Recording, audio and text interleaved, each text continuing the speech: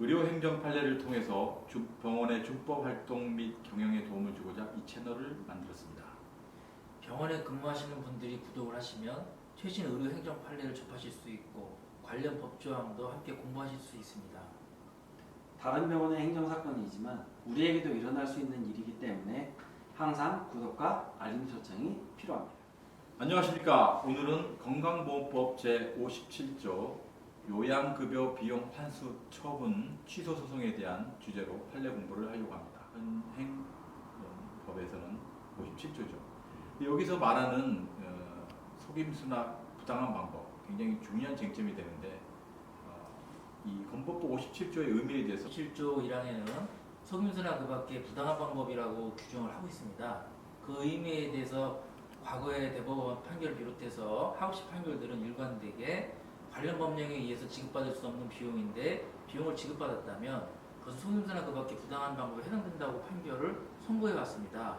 그런데 최근에 선고된 판결들은 그간의 판결들과는 다소 다르게 입장을 변경하는 듯한 판단이 나오고 있습니다. 오늘 소개해드릴 판결 또한 그 대표적인 사례라고 할 수 있습니다. 입장을 변경할 만큼 강력한 판례라고 소개하셨는데 사실 건법법 57조 1항 위반 사건은 사실 혹시 의료기관을 경영하는 모든 의사선생님들이 한두 번은 경험했을 것 같은 그런 느낌인데요. 최소한 한 10년 정도 경영을 하셨다면 사실 간단하지만 저희 병원에도 유사한 건법법 57조 1항이 적용되는 사건이 있었습니다. 척추 수술할 때 이 나사목 고정이 있는데 이 나사목 고정이 적응증이 되냐 안 되냐 이걸 가지고 다툰 사건이었는데 그때도 사실 57조 1항이거든요. 네, 이번 사건은 대법원 2020년 3월 12일에 선고한 2019두 4만 79 사건입니다. 이 사건 같은 경우는 대법원에서는 이제 최종적으로 결론이 좀 바뀐 그런 사건이긴 하고요. 먼저 이 사건에 대해서 설명드리기 위해서는 원심 판결에 대한 사실관계를 먼저 설명을 좀 드려야 될 것 같습니다. 원심 판결의 먼저 내용을 보면은요.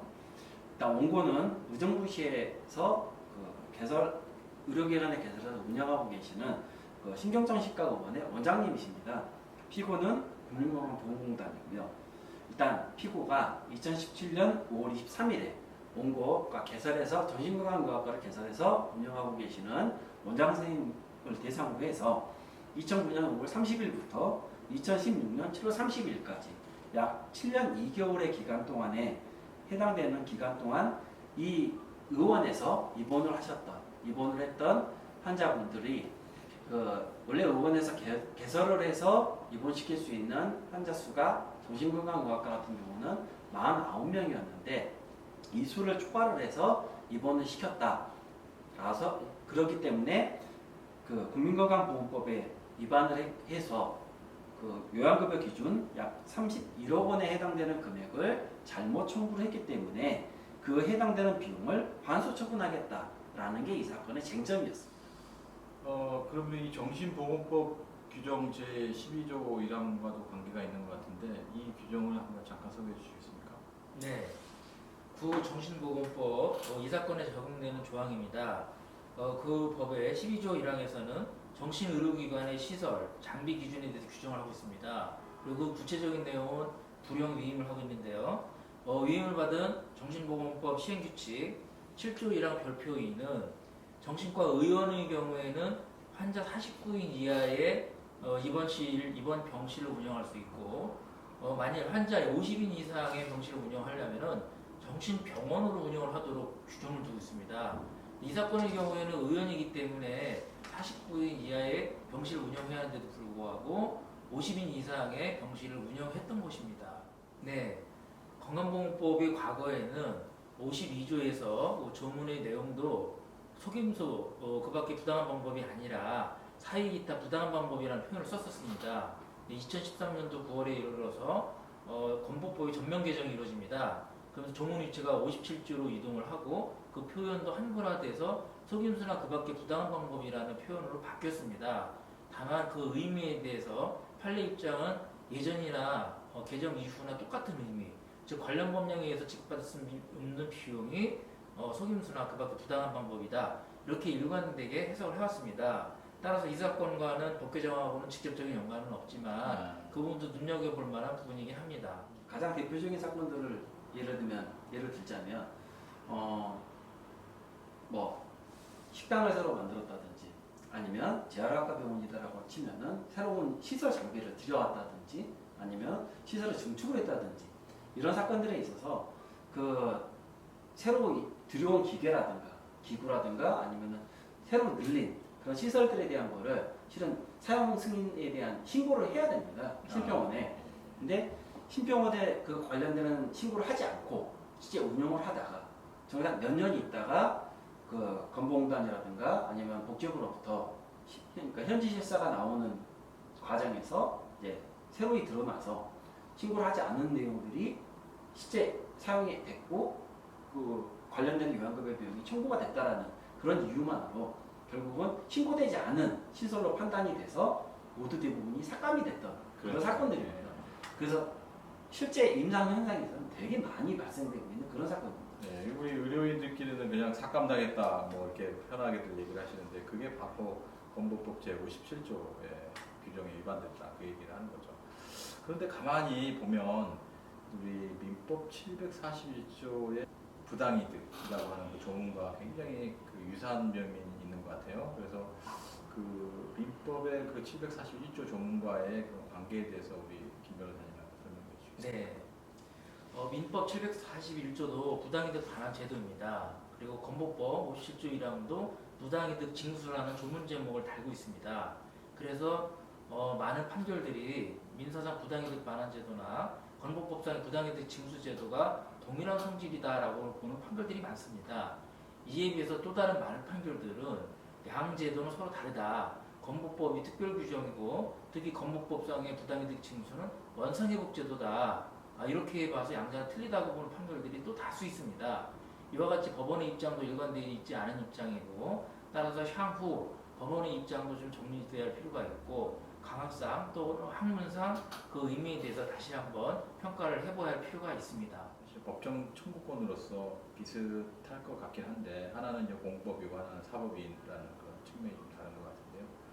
뭔가 적용할 때 유사하게 생각을 할 수도 있고 조금 뭔가 다른 특별 규정으로 생각할 수도 있고 그런 것 같습니다. 그래서 뭐 향후에 법원의 어떤 정리가 필요할 것 같긴 한데 어떻게 보면 요약해서 정리를 하자면 결론적으로 얘기하면 그 신고를 하지 않은 그런 행위라든가 이런 그 측면들이 결국은 법에서 인정하고 있는 요건에 부합하지 않는 미달되는 그러니까 네. 상태다 보니까 바로 그 행위 자체가 다 부당하다. 그러니까 이제 공법에 예, 그런 의미가 위반되어 되는 있는 거를 이제 청구권으로 인정할 것인가 그런 얘기이긴 한데요. 굉장히 재밌는 조문이죠.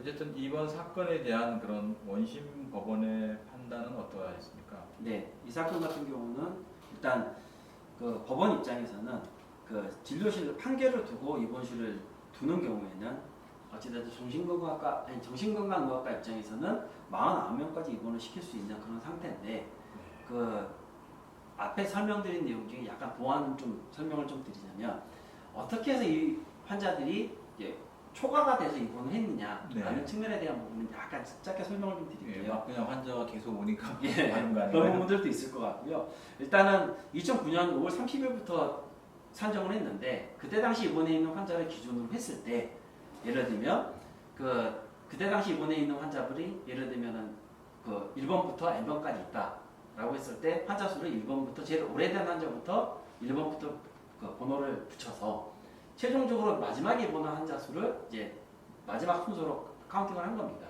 그리고 나서 이제 새로이 날짜가 지나가면서 새로이 입원하신 분들, 뭐 퇴원하신 분들을 전체적으로 카운팅을 했을 때 어느 순간 되다 보니까는 49명이 넘어가는 순간이 생겼던 거고요. 그리고 이 넘어가는 환자분들에 대해서 발생된 모든 진료비에 해당되는 부분들을 전부 다 부당이득으로 보고 결국은 그 사건 처분했던 그런 케이스고요.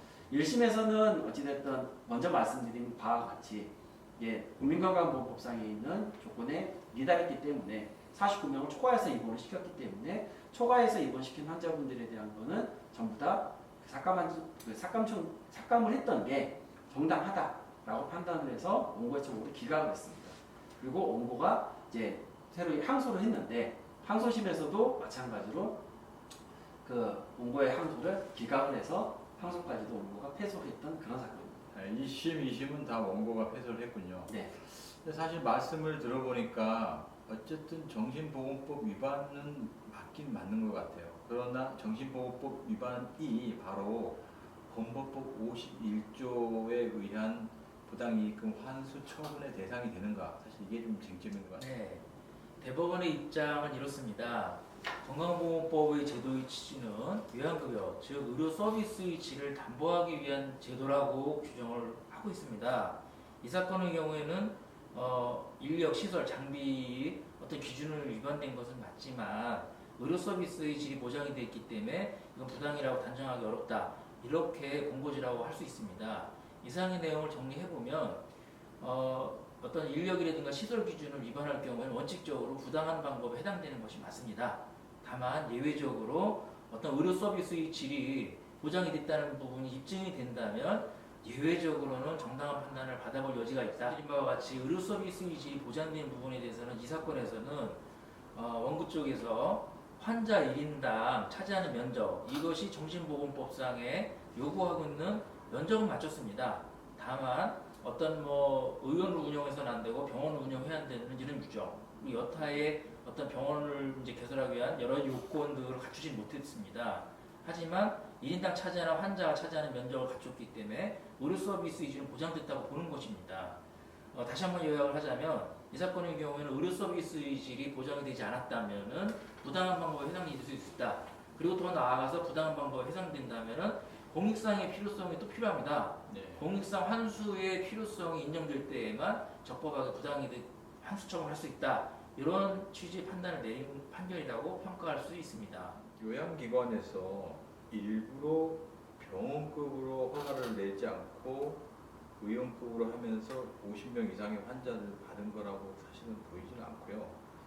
원래 규모라든지 이 서비스 품질 같은 경우는 충분히 병원급을 할 수 있지만 어떤 다른 이유로 못하고 있는 과정에 있어서 갑자기 밀려오는 환자를 어쩔 수 없이 받아서 그런 경우에 과연 정신보건법 위반은 맞지만 사실 건보법 57조에 의해서 부당이득 환수 처분의 대상이 되는가 하는 좀 다른 쟁점이 있었던 게 아닌가. 그래서 굉장히 우리 구독자 중에서 이제 우리 의료기관을 경영하시고 병원에 근무하시는 분이 많을 텐데 일반적으로 서비스의 질만 좋아지면 이 공법을 어겨도 인정받을 수 있을 것인가?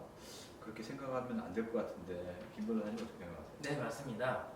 아까도 말씀드렸지만 이런 기준, 관련 법령에도 정하고 있는 기준을 위반하면 원칙적으로 부당한 방법에 해당됩니다. 거의 대다수가 부당한 방법에 해당돼서 환수처분을 받게 됩니다. 다만 아주 예외적으로 서비스질이 보장이 됐다는 것을 요양기관이 입증해야 하는데 이 부분은 사실상 쉬운 일은 아닙니다. 쉬운 일이 네. 아닌데 어쨌든 원고 측은 잘 변론을 하여서 재판부를 좀 움직였던 것 같습니다. 네. 이것과 관련돼서 또 유사한 사건들이 좀 있을 것 같긴 한데 두 분 다 각각 하나씩 좀 말씀해 주시겠습니까? 네, 제가 먼저 말씀드리겠습니다. 이 판결이 대법원에서 최근에 선고됐습니다. 근데 공교롭게도 대법원에서 같은 날 정신병원을 주제로 한 또 다른 사건이 선고됐습니다. 근데 그 사건의 결론은 부당한 방법이 맞다고 해서 환수처분이 적법하다는 취지 판단이 났습니다. 어떤 사실로? 네, 이 사건과 정면으로 배치되는 결론이라고 볼 수는 있는데 내용을 열어보면 그 사안 같은 경우에는 이 사건처럼 시설 기준이 위반은 아니었습니다. 정신보건법에 의하면은 지방자치단체장이 퇴원 명령을 하는 경우에 정신보건 의료기관은 환자를 퇴원을 시켜야 합니다. 그런데 그 사안 같은 경우에는 이를 위반해서 장기간 환자를 내보내지 않았던 거죠. 비용 청구를 했는데 이러한 방법은 소비누설하고밖에 부당한 방법에 해당된다. 그래서 환수처분을 적법하다는 취지의 최종 판결이 같은 날 선고됐습니다. 아, 그렇군요. 분명히 정신과 병원에서 그 주치 의사 선생님께서는 이 환자가 퇴원을 하면 안 될 것 같은 그런 여러 가지 정황이 있었으니까 안 시켰을 텐데 그 환자에 대한 요양급여를 인정을 안 해주는 그런 사건이었군요. 우리 정 선생님도 다음번에 기회가 되면 네, 그 네. 사건도 한번 다시 리뷰해볼 아, 수 있는 네, 좋은 좋을 기회가 것 될것 같습니다. 같습니다. 네. 같은 대법원 판례였다고요? 맞습니다. 재밌을 네. 것 같은데요. 그리고 정 선생님도 이 57조 1항이 적용되는 유사한 사건에 대해서 한번 네, 아까 먼저 사례에서 설명드리면서 잠깐 얘기 드렸었는데요. 그 유사한 사건들은 엄청나게 많습니다. 이 사건들은 제가 보기에 어떻게 보면은 잘 몰라서 그리고 흔히 우리가 잘 열심히 만들었고 투자를 해서 만들었기 때문에 이거를 이용을 해가지고 우리는 열심히 이제 돈을 벌 수 있고 그리고 환자들한테 좋은 서비스를 제공하겠다라고 생각을 해서 하는 사람들이 의외로 많을 것 같습니다. 근데 실제 어떻게 보면 되게 단순한 건데요. 심평원에 신고를 하지 않는 그런 행위 하나만으로서 이제 부당한 청구나 아니면은 그 삭감이 될 수 있는 원인을 제공했다라는 그런 측면에서만 놓고 본다라면은 이게 되게 많이 발생되고 의외로 쉽게 저지를 수 있는 그런 사건들이기 때문에 조금만 더 주의를 하게 되면은 의료기관에서 좀 서로 막을 수 있고 삭감당하지 않을 수 있는 그런 사례들이 될 수 있을 것 같아서 되게 유익 있게 봐야 되는 그런 사례인 것 같고요. 그리고 또 먼저 얘기 드렸다시피 되게 많이 발생되는 흔히 발생되는 맞죠. 그런 사례들이다 보니까 의료기관에서 조금 유의를 해야 되는 그런 상황인 것 같습니다. 조문을 이제 찬찬히 읽어보면 속임수 그러면 사실 이렇게 알고서도 했다. 이렇게 고의가 좀 개입이 된 것 같긴 한데 뒤에 있는 기타 부당한 방법 그는 조금 어떤 좀 함의된 의미가 고의가 아니더라도 뭔가 부당한 청구가 될 수 있다 이런 의미인 것 같은데 부당과 허위는 두 개는 완전히 다른 개념이라서 완전히 다르다고들 말씀을 하시는데 이 의료기관 입장에서는 굉장히 구별하기 어렵다고들 또 얘기를 하시거든요. 네. 그래서 오랫동안 우리 공단에서 또 근무를 해줬던 네. 김 변호사님 한번 좀 정리를 한번 해주시겠어요? 네. 건법부 57조 1항에 보면 속임수나 그 밖에 부당한 방법이라고 요건이 규정이 되어 있습니다. 이것은 두 가지로 나눠볼 수 있는데 먼저 속임수라는 부분.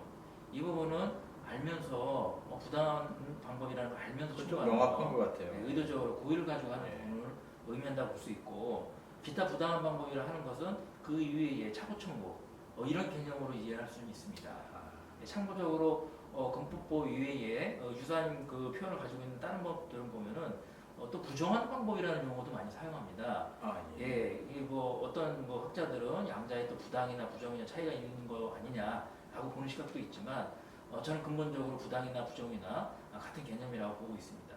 비록 이 한쪽의 가해자가 뭔가 속임수 뭐 이런 걸 안 썼다고 하더라도 있어야 될 그런 재화가 상대편에 있단 말이에요. 이럴 때는 반환 받아야 된다.